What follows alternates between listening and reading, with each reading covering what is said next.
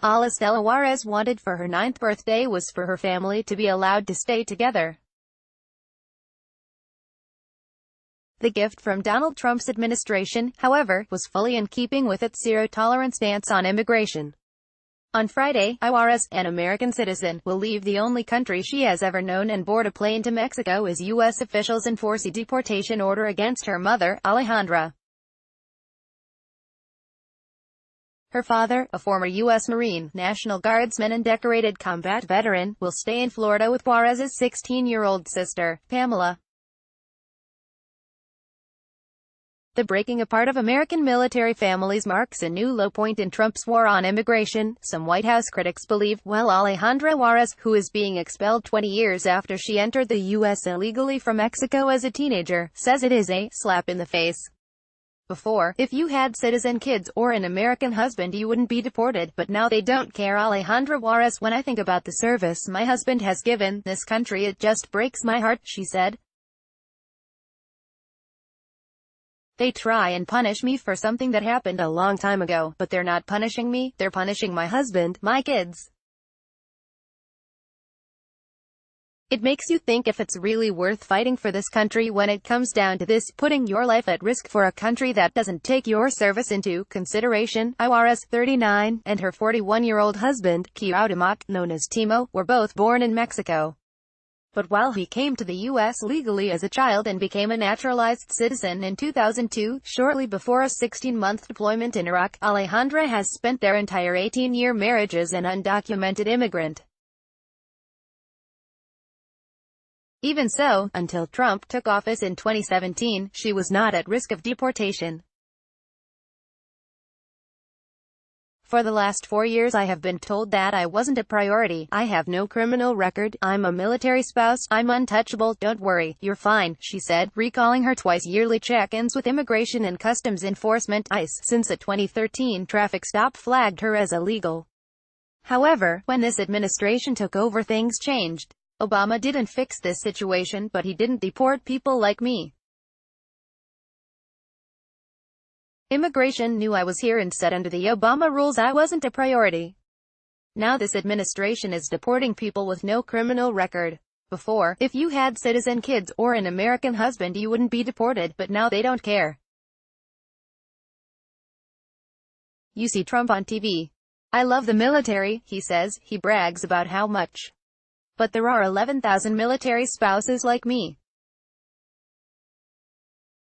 It has to do with this government not caring. On Wednesday, the family learned that Juarez's latest and final application for a so-called parole in place, a discretionary deferment of removal proceedings against certain close relatives of serving or past military personnel, was rejected.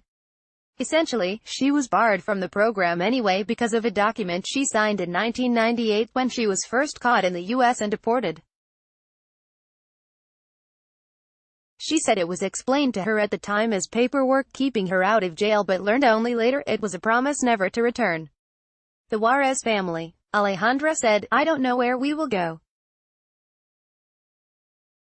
They might as well deport me to China or England. Photographed Richard Luscombe for The Guardian. Their only other hope had been a political fix in Washington, but despite some bipartisan support, the Protect Patriot Spouses Act, sponsored by Darren Soto, a Florida Democratic congressman who represents the Juarez family's hometown of Davenport, has so far failed to win enough backing to progress.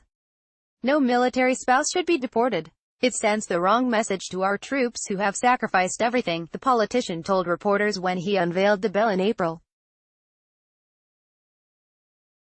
Soto also made no progress with a private bill for legal residence he introduced on Juarez's behalf. I will continue to support the Juarez family and continue the fight against the Trump administration's heartless immigration policies tearing families apart, he said in a statement after an expedited order of removal was issued last week.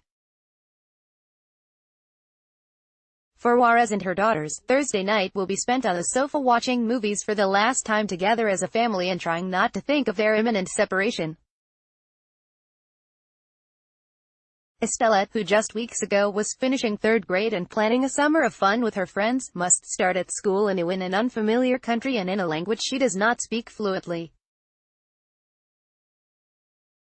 Meanwhile, Pamela, who was willing to give up her own studies to look after her little sister, whom she calls the best thing that ever happened to me, will have to face the challenges of her teenage years without the guidance and support of her mother's presence. They're still trying to digest it, Juarez said. Estella wants to stay here but is too young to take care of herself. She needs her mom. Pamela is very kind and wants to take care of her, but she's 16 years old. She is a teenager, she has a future here, she's taking college classes, and wouldn't have that in Mexico.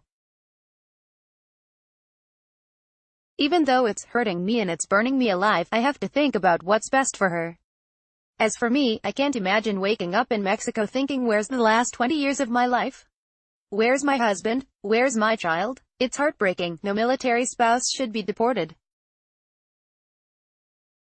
It sends the wrong message to our troops who have sacrificed everything. Darren Soto. The family have no relatives in Mexico to turn to for support, and Alejandra is insistent she will not return to the same crime-ridden areas of Mexico City she escaped 2 decades ago.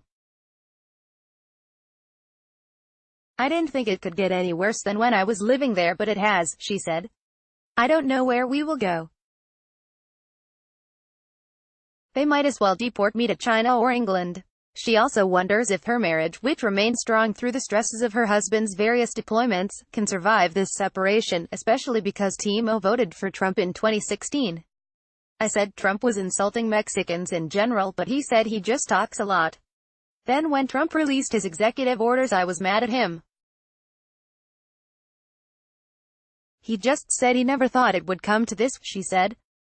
Meanwhile, bad publicity for the Trump administration over military deportations is becoming more prevalent, as well as American Families United suggesting almost 12,000 servicemen and women have relatives facing deportation. Figures from U.S. Citizenship and Immigration Services appear to show a significant recent increase in refusals of parole-in-place applications. The military news website Stars and Stripes reported this week that denials leapt from 11% in the last full year of the Obama presidency to 16% in the first 8 months in the 2018 fiscal year.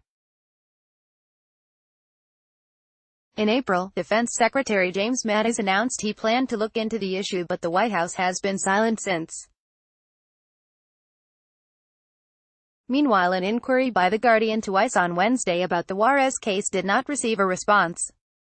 Chelsea Nowell, an attorney with the Tampa immigration law firm Manning Gordon Zeller, which represents the family, said it was incredibly frustrating that parole-in-place and stay of removal applications were denied on the same day. She has been under an order of supervision, contributing to society and raising her family for 5 years, she said. Now, due to the new zero-tolerance policy, ICE can no longer exercise their discretion and permit her to stay with her U.S. citizen husband and children. This policy has proved to be devastating.